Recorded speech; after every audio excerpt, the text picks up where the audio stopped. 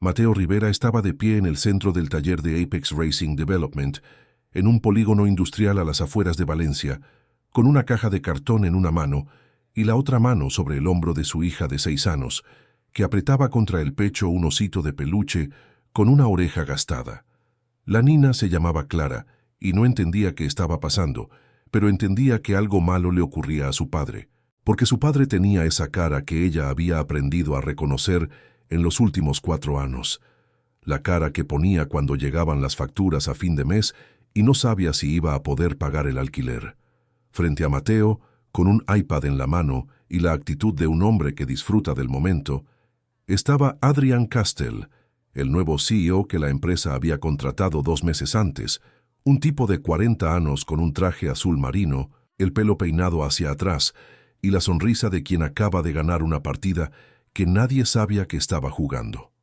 A su lado, con un portapapeles y la mirada fría, estaba Beatriz Márquez, la directora de operaciones, que tenía los labios apretados y el dedo índice levantado señalando a Mateo como si fuera un colegial al que se acaba de descubrir copiando en un examen. Detrás de Mateo, en silencio, 3 mecánicos del equipo, sus compañeros de los últimos 12 años, miraban la escena con los brazos cruzados y la cara de quienes han visto algo profundamente injusto y no pueden hacer nada al respecto. Adrian Castell estaba acusando a Mateo de haber tocado un motor de un Porsche 911 GT3 sin autorización. Decía que las cámaras de seguridad lo habían grabado. Decía que era un acto de insubordinación grave, que ponía en riesgo la integridad del trabajo de la empresa y que por eso, en presencia de toda la plantilla, lo despedía con efecto inmediato. Lo que Adrian Castell no sabía, lo que ni siquiera Beatriz Márquez sabía, lo que solo los 3 mecánicos detrás de Mateo sabían y guardaban en silencio porque era el último secreto que les quedaba en aquel taller que se les estaba escapando de las manos, era que el motor que Mateo Rivera había tocado aquella mañana no era cualquier motor, era un motor que él mismo había diseñado, calculado y construido con sus propias manos, como todos los motores de aquel taller, cada uno, desde el primero al último. Si estás preparado para esta historia, escribe en los comentarios desde donde estás viendo este video.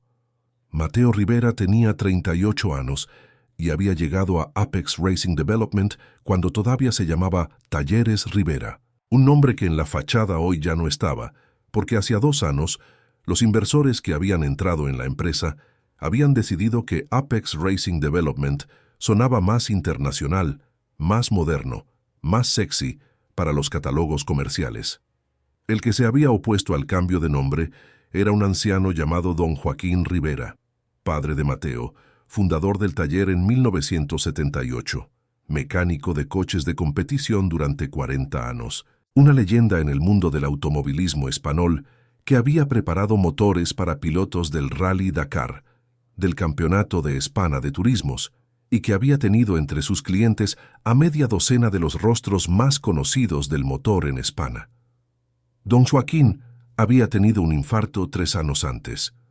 Había sobrevivido, pero la recuperación había sido larga y los médicos le habían prohibido volver a trabajar.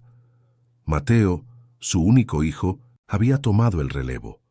Mateo había crecido en aquel taller debajo de los coches, con grasa en las manos desde los 7 años. Había estudiado ingeniería mecánica en la Universidad Politécnica de Valencia. Había hecho un máster en motores de combustión en Stuttgart y a los 32 años era ya uno de los mejores ingenieros de motores de toda España, aunque nunca lo dijera, porque Mateo era de esos hombres que prefieren que su trabajo hable por ellos. Pero la enfermedad de su padre había sido el punto de inflexión. Las facturas médicas se habían comido los ahorros. El taller, que siempre había funcionado con el flujo de caja justo, no había podido aguantar la temporada en la que el viejo Joaquín no estaba allí para mantener las relaciones con los clientes históricos. Y cuando Mateo, desesperado, había buscado financiación para no cerrar, habían aparecido los inversores, un grupo llamado Castell Capital, dirigido por un tal Adrian Castell, que había comprado el 49% de la empresa por una cifra que cubría las deudas y dejaba un margen pequeño para invertir. El acuerdo sobre el papel era razonable. Mateo conservaba el 51%, era el director técnico, los Castell aportaban capital y conocimientos comerciales. Mateo había firmado con la fe de un hombre que necesitaba salvar el legado de su padre y que confiaba en que los nuevos socios tuvieran un mínimo de respeto por lo que el taller representaba. Lo que Mateo no había visto, porque estaba demasiado ocupado intentando salvar el barco, era que Adrian Castell no era un inversor, era un depredador, y Apex Racing Development era su nueva presa. Adrian Castell había llegado al taller con una sonrisa, un MBA y un plan que llevaba escrito en la cabeza desde que había firmado los papeles. Su negocio no era invertir en empresas. Su negocio era comprar el 49% de empresas con problemas, dirigirlas hasta que el otro socio, agotado o arrinconado, vendiera barato su parte y luego revender la empresa entera con un beneficio multimillonario. Lo había hecho con 12 empresas en los últimos 15 años. Nunca había perdido una, y Apex Racing Development era la jugada perfecta, porque tenía un valor de marca enorme, una clientela de lujo y un director técnico, Mateo Rivera, que era ingenuo, sentimental y, lo más importante para Adrian, completamente pegado al taller por motivos emocionales que ningún analista financiero podía poner en una hoja de Excel. Adrian Castell había tardado 2 meses en empezar a hacer su trabajo. Había tratado a Mateo con cortesía los primeros días. Había escuchado sus explicaciones técnicas con la sonrisa benévola de quien finge interesarse y había esperado el momento adecuado. Luego había empezado a hacer cambios. Había despedido a la secretaria, una señora de 50 años que llevaba 20 en el taller. Había introducido un sistema de control de horarios que obligaba a los mecánicos a fichar 4 veces al día. Había contratado a Beatriz Márquez como directora de operaciones, una mujer que él conocía de operaciones anteriores y que era leal a él. Y había empezado a presionar a Mateo en los consejos de administración, cuestionando sus decisiones técnicas y sugiriendo que el taller necesitaba una nueva orientación. Mateo se había dado cuenta de lo que estaba pasando, pero no había podido reaccionar a tiempo. Estaba demasiado ocupado, además, lidiando con su propia vida. Su esposa, Elena, había muerto 4 años antes, en un accidente de coche en la autovía de Madrid, dejándolo solo con Clara, que entonces tenía 2 años. Mateo era un padre soltero. Llevaba a Clara al taller las tardes en las que la guardería cerraba pronto, porque no tenía familia cercana en Valencia. Su madre estaba muerta, y su padre, todavía debilitado, no podía ocuparse de una nina de 6 años. Las facturas médicas de su padre seguían llegando. La hipoteca del piso de la calle Colón, en el centro de Valencia, donde vivían los 3, era pesada. Mateo apenas dormía. Y aquella mañana, una mañana de mayo en la que Clara había llegado al taller con su osito porque la guardería estaba cerrada por reforma y Mateo no había tenido a quien dejarla, Adrian Castell había decidido que era el momento de dar el golpe. El motor del Porsche 911 GT3 era un encargo especial. Un cliente saudí había traído el coche para una preparación completa y el contrato, firmado 3 meses antes por Mateo, especificaba que el director técnico personalmente diseñaría y supervisaría cada modificación. Aquella mañana, Mateo había llegado al taller a las 7, había dejado a Clara con un libro y unos lápices en el rincón de la oficina y había empezado a trabajar en el motor con la concentración absoluta que le caracterizaba. Llevaba 2 horas cuando Adrian Castell entró en el taller con Beatriz Márquez y los 3 mecánicos detrás. Adrian señaló el coche. Preguntó en voz alta quién estaba autorizado a tocar aquel motor. Mateo se incorporó, con las manos manchadas de aceite, y dijo que el contrato lo especificaba claramente, que el motor era responsabilidad suya. Adrian sonrió. Dijo que el contrato había sido modificado la semana anterior por una decisión del Consejo de Administración, en la que él había votado, junto con Beatriz, a favor de una nueva política que reservaba los trabajos sobre coches de más de 100.000 euros a un nuevo equipo de técnicos que la empresa iba a incorporar. Mateo no había recibido la notificación. Adrian dijo que se había enviado por correo electrónico el viernes anterior. Mateo dijo que el viernes anterior había estado de baja por una urgencia con su padre, que había sido hospitalizado de nuevo y que no había abierto el correo de la empresa. Adrian sonrió más. Dijo que las urgencias personales no eximian a un director técnico de sus responsabilidades. Y luego, ante la mirada atónita de los tres mecánicos, anunció que Mateo Rivera quedaba despedido con efecto inmediato por insubordinación. Beatriz Márquez extendió el papel con la rescisión. Adrian le dio una caja de cartón para que metiera sus herramientas y le ordenó que saliera del taller en los próximos 10 minutos. Mateo no dijo nada. Cogió la caja, recogió sus llaves, su destornillador favorito, una libreta donde apuntaba las modificaciones técnicas, una foto de Clara y de su difunta esposa que tenía clavada en el armario, y luego se acercó a Clara, que había visto toda la escena desde el rincón con los ojos llenos de miedo, le cogió la mano y empezó a caminar hacia la salida.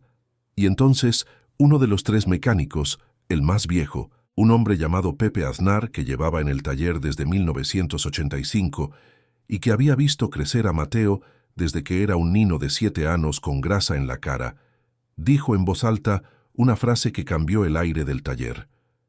Dijo que si Mateo se iba, él también se iba. Y los otros dos mecánicos, sin dudarlo, dijeron que ellos también. Adrian Castell se rió. Dijo que si querían irse, podían irse, que la empresa contrataría gente nueva sin problemas. Y los tres mecánicos cogieron sus cajas, recogieron sus herramientas y salieron detrás de Mateo y Clara. Pero antes de salir, Pepe Aznar se detuvo en la puerta, se giró y miró a Adrian Castell con una sonrisa que hizo que el CEO se estremeciera ligeramente sin entender por qué. Pepe le dijo que tal vez debería echarle un vistazo a los archivos técnicos del taller. A todos, a cada motor preparado en los últimos 12 años. Y luego salió sin esperar respuesta. Adrian Castell se quedó de pie en el centro del taller, con Beatriz a su lado, mirando como 4 hombres y una nina con un osito atravesaban el aparcamiento y se metían en una furgoneta vieja. Sintió una punzada de incomodidad, pero la descartó. Había ganado. Mateo Rivera estaba fuera. Los tres mecánicos históricos también. Era exactamente lo que quería. Sin la familia Rivera presente, sin los empleados de la vieja guardia, podría reestructurar el taller a su gusto, presionar al viejo Joaquín para que vendiera su parte y revender Apex Racing Development en 6 meses con un beneficio extraordinario. Lo que Adrian Castell no sabía era que Mateo Rivera no era solo el director técnico del taller, era el cerebro, era la firma, era la razón por la que los clientes de lujo iban allí. Cada motor que el taller había preparado en los últimos 12 años llevaba el sello técnico de Mateo. Cada cálculo de potencia, cada modificación del sistema de admission, cada ajuste del software de gestión del motor, todo había salido de la cabeza y de las manos de un hombre que ahora estaba en la puerta del taller cargando una caja de cartón. Pero había algo más. Cada uno de los motores que el taller había preparado en los últimos 12 años llevaba un número de serie asociado a un certificado técnico firmado por el ingeniero responsable, conforme a la normativa europea de modificaciones de vehículos de competición. Sin la firma del ingeniero, los certificados no valían nada, y todos los certificados, absolutamente todos, estaban firmados por Mateo Rivera. Sin él, los motores que en aquel momento estaban en el taller, los que habían sido entregados en los últimos meses, no tenían validez legal. Adrian Castell descubrió esto exactamente 48 horas después, cuando el cliente saudí del Porsche 911 GT3 llamó personalmente para preguntar por el certificado técnico de la modificación que estaba pagando.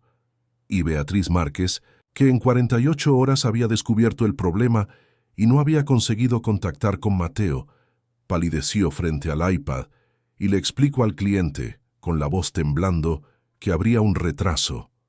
El cliente saudí dijo en un inglés perfecto que un retraso era inaceptable, que tenía un compromiso para el coche en una pista de Dubái en 15 días, y que si no recibía el coche listo y certificado en una semana, retiraría su contrato y exigiría el reembolso completo, más daños y perjuicios. Adrian Castell, que estaba escuchando la conversación, sintió por primera vez en 15 años lo que se sentía al perder el control de una situación. Mientras Adrian Castell entraba en pánico, Mateo Rivera estaba sentado en la cocina del piso de Colón, con Clara dibujando en la mesa, los tres mecánicos sentados con cafés humeantes, y su padre, don Joaquín, escuchando todo desde la silla de ruedas. Mateo no estaba derrumbado, estaba pensando. Había llamado a su abogado, Andrés Belmonte, un viejo amigo de la familia. Andrés había repasado los contratos, los certificados técnicos, la legislación europea, y le había dicho a Mateo algo que ya intuía. Adrian Castell había cometido un error gigantesco. Había despedido al único ingeniero certificador de la empresa sin haber contratado un sustituto. Sin Mateo, ningún motor preparado en aquel taller podía ser certificado. Y había otra cosa, una cláusula en el contrato original entre Mateo y Castell Capital que Adrian no había leído con suficiente atención. La cláusula decía que, en caso de despido improcedente de un cargo técnico fundador, los porcentajes de propiedad serían renegociados a favor del cargo despedido.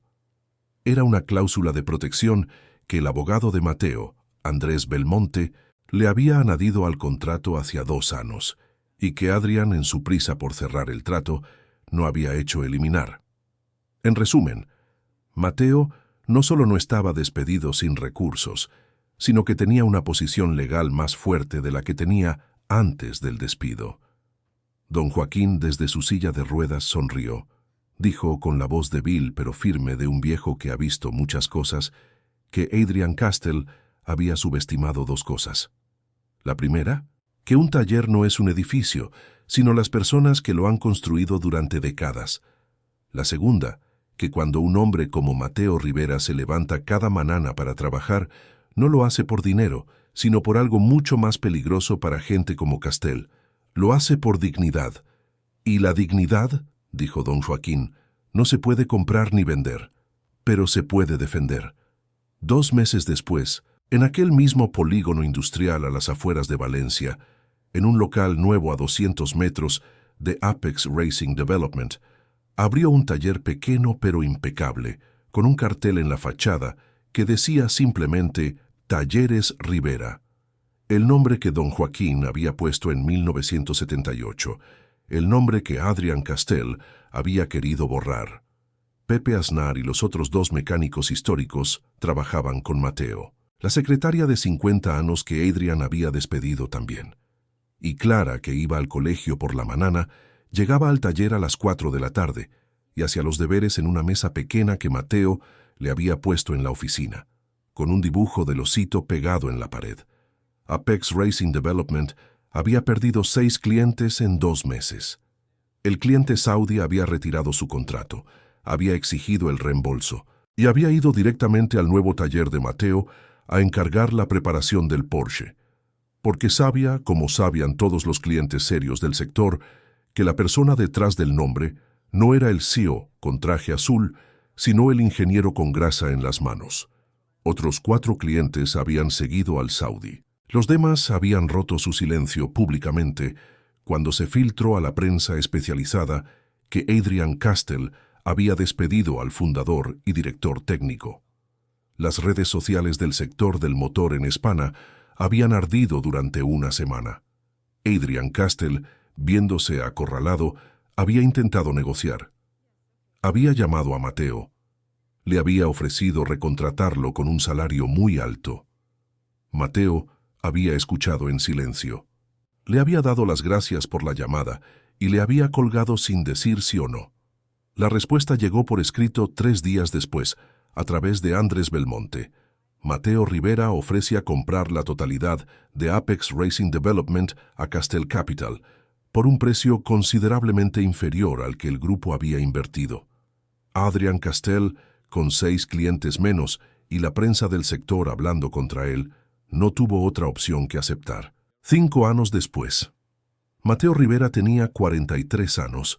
Talleres Rivera, fusionado con lo que había sido Apex Racing Development, era el taller de coches de competición más respetado del sur de Europa. Empleaba a 40 personas. Tenía clientes en 12 países. Mateo seguía siendo el director técnico. Don Joaquín, ya muy viejo, iba al taller los miércoles por la tarde, en la silla de ruedas, y se sentaba en el rincón a observar a los jóvenes ingenieros trabajar, y de vez en cuando decía una palabra de consejo que valía más que un manual entero. Clara tenía 11 años. Era una niña viva, alegre, con grasa en las manos algunos sábados porque le encantaba ayudar a su padre, y con muy buenas notas en el colegio porque su padre le había enseñado, sin decírselo nunca con palabras, que la disciplina y el orgullo del trabajo bien hecho son más valiosos que cualquier herencia. El osito de peluche con la oreja gastada seguía en su habitación, ya un poco apartado pero conservado, porque algunas cosas no se tiran. En la entrada del taller, en una pared que Mateo había hecho construir cuando había tomado posesión del local, había un cartel pequeño que decía, con letras sencillas: «Ningún motor sale de aquí sin la firma del que lo hizo». Era un homenaje a su padre, a su madre, a Elena y a todos los hombres y mujeres que habían construido el taller con sus manos. Y era, también, una respuesta callada y permanente a un CEO que un día había creído, equivocadamente, que un taller se compraba con dinero y se mantenía con un iPad. Adrian Castell no volvió a aparecer en el sector del motor. Castell Capital quebró 3 años después de la venta de Apex. Algunos decían que se había ido a Sudamérica, otros que vivía en Madrid en un piso pequeño sin trabajo. Mateo Rivera nunca preguntó. No le interesaba. Tenía una hija que crecía, un padre al que cuidar, un taller que llevar, y la satisfacción silenciosa de un hombre que sabe que las cosas que se construyen con las manos duran más que las que se compran con dinero. Si esta historia te ha llegado al corazón, déjamelo saber con un gesto sencillo. Basta un pulgar hacia arriba, como un abrazo silencioso para todos los que hoy necesitaban escuchar esta historia. Y si sientes que alguien debería escucharla, compártela, porque a veces una historia es todo lo que una persona necesita para recordar que no está sola. Y si quieres dejar una huella especial en este canal, un mil gracias de corazón es como una pequeña luz que me dice que estas palabras llegan exactamente donde tienen que llegar. Si les ha gustado, dejen un like y suscríbanse al canal. Muchas gracias por ver.